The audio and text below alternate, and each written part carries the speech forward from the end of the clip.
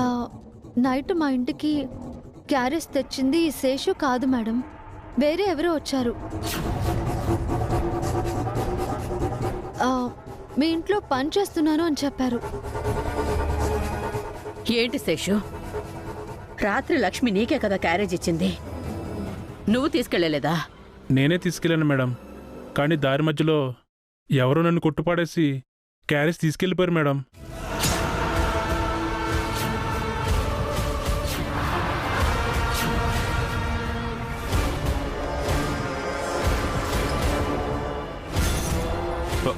ఏమిటి శేషు, ఎవరు కుట్టారు నిన్ను?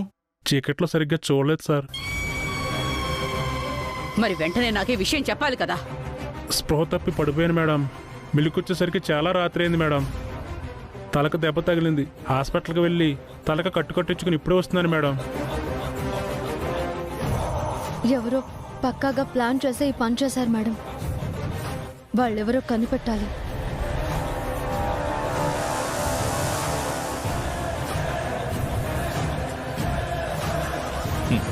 నన్ను కనిపెట్టడం మీ తరం కాదు. నిన్న ఇంకో ఇన్సిడెంట్ కూడా జరిగింది మేడం. వసు గారు పెట్టుకునే మల్లెపూలల్లో ఎవరో పాయిజన్ స్ప్రే చేశారు.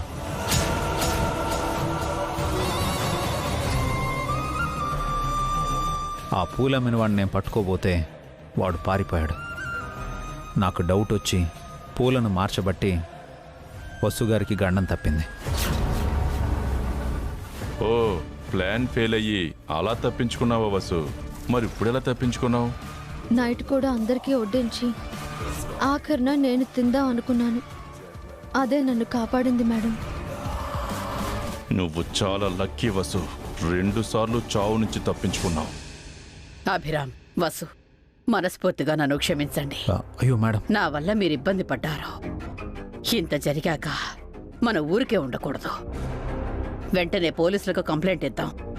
ఎస్ఐని సిఐని ఇంటికి పిలిపిస్తాను, ఎంక్వైరీ చేయిస్తాను.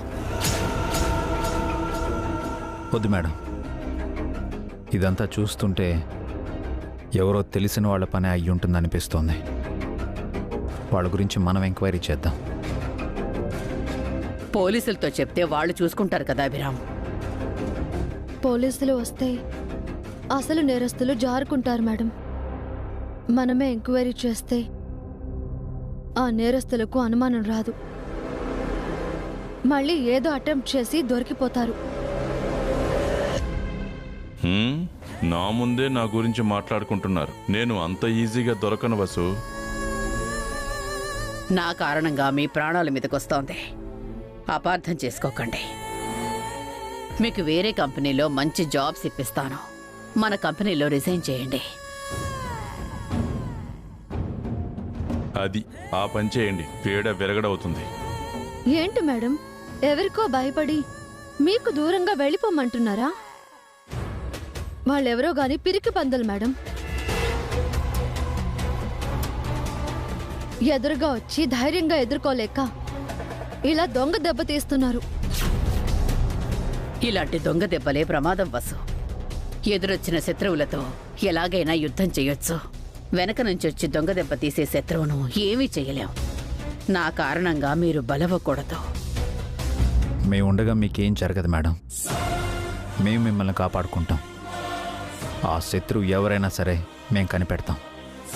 అంతవరకు మీరు కాస్త జాగ్రత్తగా ఉండండి. ఇది చెప్పడానికే వచ్చాం. చావు అంచుల దాకా వెళ్ళొచ్చు కూడా మీ ధైర్యం ఏంట్రా? గుండె ధైర్యం ఉన్న వాళ్ళను పెరికి వాళ్ళు ఏమీ చేయలేరు మేడం. మీరు ధైర్యంగా ఉండండి. మీ క్షేమమే మా సంతోషం. వెళ్ళొస్తాం మేడం. వెళ్ళొస్తాం మేడం.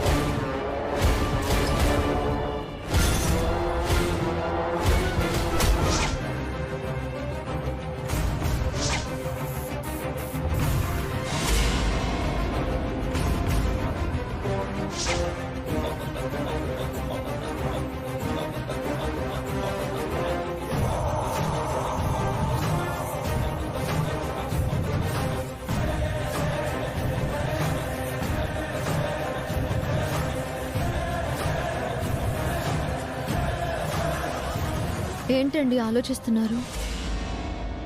మన మీద వరుసగా హత్య ప్రయత్నాలు చేస్తున్నది ఎవరు అనా? వాళ్ళు ఎవరో ఏంటో తెలియదు, వాళ్ళ టార్గెట్ ఏంటో తెలియదు. వాళ్ళు మన శత్రువులా లేక సుమిత్రాదేవి శత్రువులా అర్థం కావడం లేదు.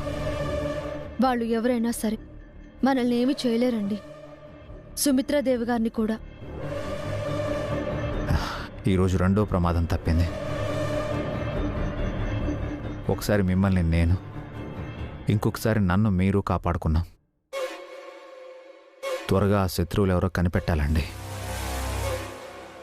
ఈసారి వాళ్ళు మన ఫ్యామిలీ జోలికి కూడా వచ్చారు. తప్పకుండా కనిపెడదామండి. మీరు ఆ విషయాలేవీ ఆలోచించొద్దు, రెస్ట్ తీసుకోండి. నేను వెళ్ళి వంట పనులు చూసొస్తాను. సరేనండి. పాపం అందరూ పాయిజన్ ఫుడ్ తిని ఇబ్బంది పడ్డారు. మీ చేతి కమ్మనైన వంటని కడుపు నిండా వండి పెట్టండి.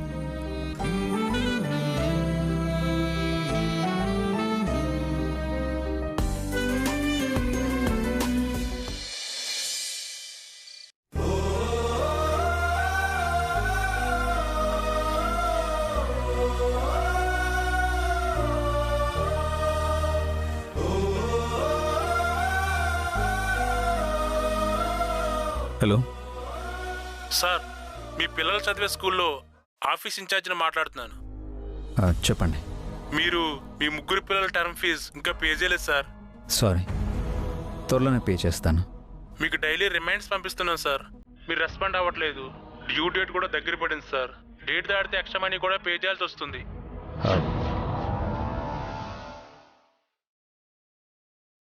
ముగ్గురికి ఎంత కట్టాలండి? టర్మ్ ఫీజు అయితే 30,000 పే చేయాలి సార్.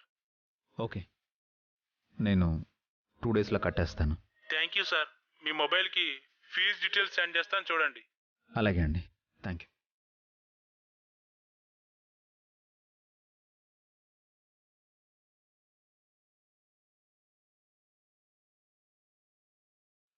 ఏవండి, భోజనం చెదురుగాని రండి.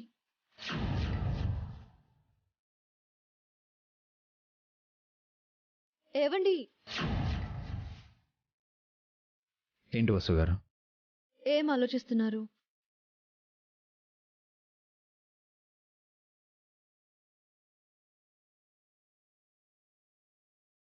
ఏం లేదండి.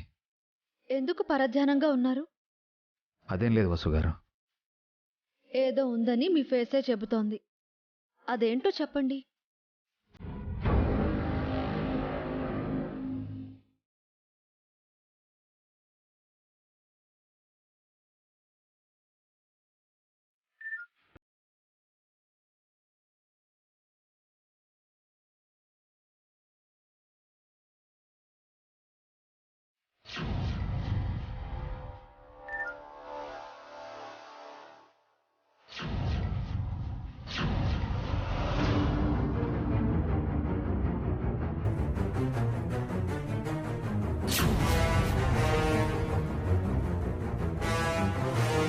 పిల్లల ఫీజు కట్టమని స్కూల్ నుంచి రిమైండర్ వచ్చింది. 30,000 కట్టాలంట. దాని గురించి ఆలోచిస్తున్నాను వసు గారు. ఇందాకే కాల్ కూడా చేశారు. రేపే లాస్ట్ డేట్ అంట.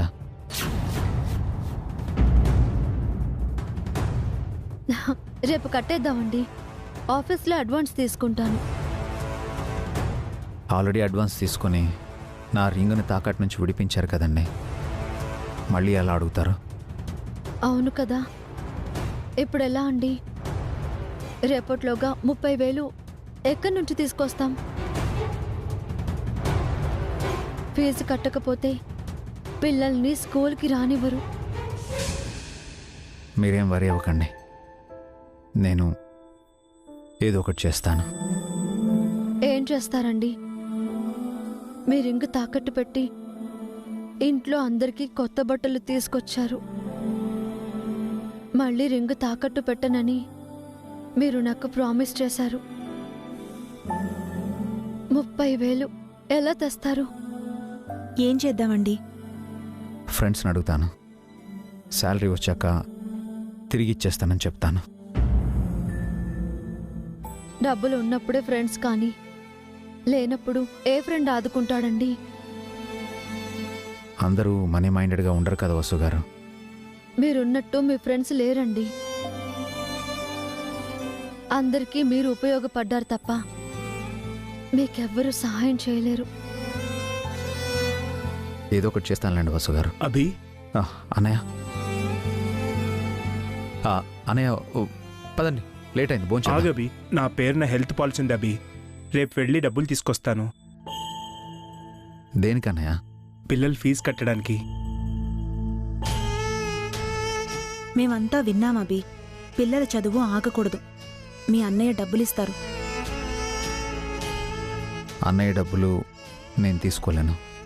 నా డబ్బులు నీ డబ్బులు ఏంటి అభి? మన డబ్బు తీసుకో అభి.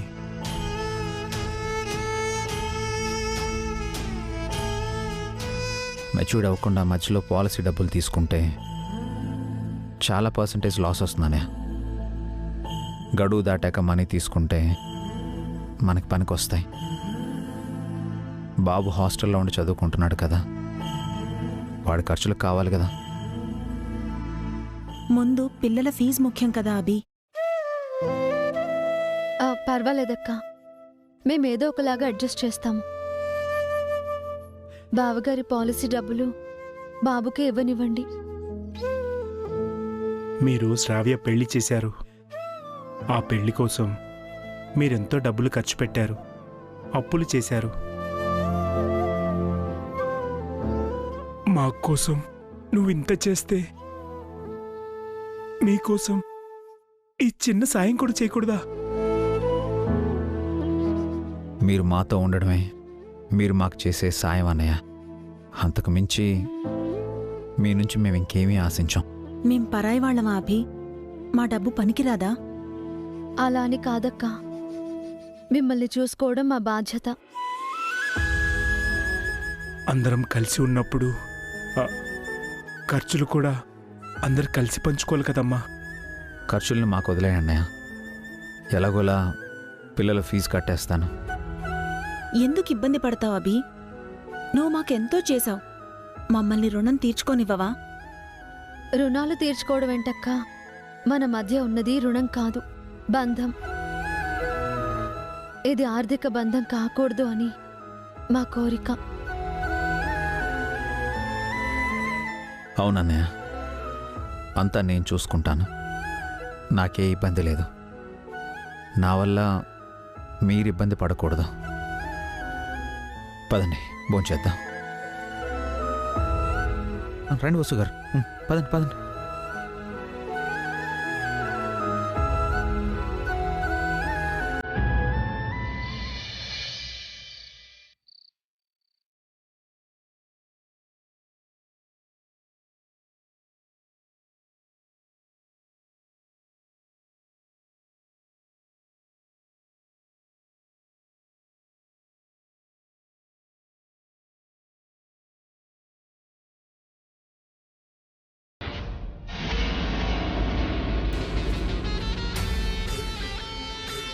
హారిక,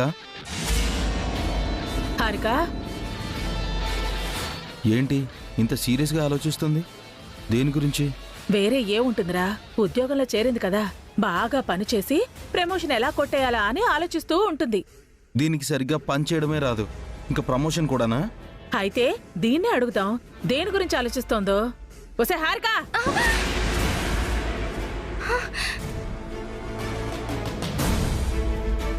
ఒసే తెంగర మాలోకం, మన లోకంలోకి రావే. అబ్బా, ఏంటంటే డిస్టర్బ్ చేస్తున్నారు? అంతలో ఏం ఆలోచిస్తున్నావే? మీ గురించే ఆంటీ. దీని గురించి ఆలోచించడానికి ఏముంది? చాలా ఉంది అఖిల్. అదంతా ఊహించుకుంటూ ఉంటే భయంగా ఉంది. భయం ఎందుకే? అసలు ఏం ఆలోచిస్తున్నావు నా గురించి? మిమ్మల్ని మామూలుగా చూడటమే కష్టం, అలాంటిది మిమ్మల్ని పిశాచి రూపంలో చూస్తే మేమేమైపోతామోనని భయపడుతున్నాను ఆంటీ. నేనెందుకు పిశాచి రూపంలో ఉంటానే? తీరని కోరికతో చనిపోతే పిశాచవుతారంట కదా. మీకేమో రెండో పెళ్లి చేసుకోవాలని చిరకాల కోరిక, అది ఇప్పుడు నిజమయ్యేలా లేదు. ఆ లోపు మీరు చనిపోయారనుకోండి, అటు స్వర్గానికి వెళ్ళక ఇటు నరకానికి వెళ్ళక మధ్యలో ఇక్కడే పిశాచిలా ఉండిపోతారు.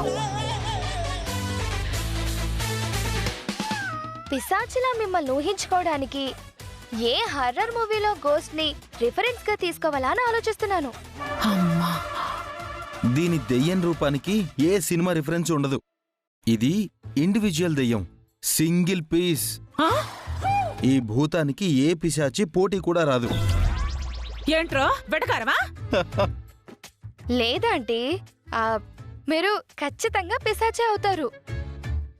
ఇక్కడిక్కడే తిరుగుతారు. నోరువైవే.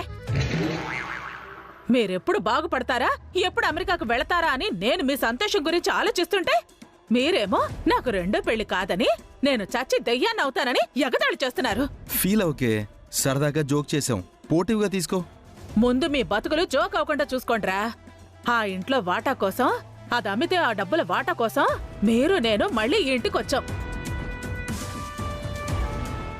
వచ్చిన సంగతి మర్చిపోయి పండగలు పార్టీలు చేసుకుంటున్నాము. మీరిలాగే ఉంటే ఆ అభిగాడి ఎప్పటికీ మీ వాటా మీకు పంచడు. జైల్లో ఖైదీలాగా శాశ్వతంగా మనం ఈ ఇంట్లో మగ్గిపోవాలి. అప్పుడు నేనొక్కదానే కాదు, మనం ముగ్గురం చచ్చి దెయ్యాలయ్యి ఈ ఇంట్లోనే తిరగాల్సి వస్తుంది. అఖిల్, ఆంటీ చెప్పింది నిజం. మనం ఈ ఇంటికొచ్చిన అసలు రీజన్ ని మర్చిపోయాం. త్వరగా అభి బావ గారిని వాట అడుగు, మనం వెళ్ళిపోదాం. అందరం కలిసి ఉండాలనే కదే అభి అనే మనల్ని ఇక్కడికి తీసుకొచ్చాడు. అంటే ఈ మందతో కలిసి ఉండాలని నీ కోరికగా ఉందట్రా? నీకు అమెరికా వెళ్ళాలని లేదా? చూస్తుంటే అలాగే ఉంది. ఈ మధ్య అఖిల్ చాలా మారిపోయాడు. అదేం లేదు, ఈ ఇంటి పరిస్థితి రోజు చూస్తూనే ఉన్నాం కదా. చూస్తూ చూస్తూ ఆస్తిలో వాటా ఇలా అడిగేది. నోటితోరా ఇంకెలా అడుగుతా? అడగందే అమ్మాయినా అన్నం పెడదంటారు. త్వరగా వెళ్ళి అడుగు. వీలైనంత త్వరగా మనం ఈ ఇంట్లో నుంచి బయటపడదాం అఖిల్. ప్లీజ్ మీ అన్నయ్యని వాట అడుగు. ట్రై చేస్తాను.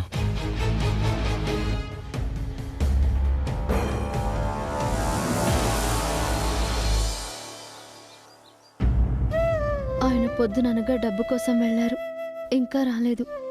అప్పు పుట్టకపోతే పిల్లల స్కూల్ ఫీజు ఎలా కట్టాలి? ఫీజు కట్టకపోతే పిల్లలను స్కూల్కి రానివ్వరు. ఆల్రెడీ మేడం గారి దగ్గర శాలరీ అడ్వాన్స్ తీసుకున్నాను, మళ్ళీ అడగలేను. ఇప్పుడు ఏం చేయాలి?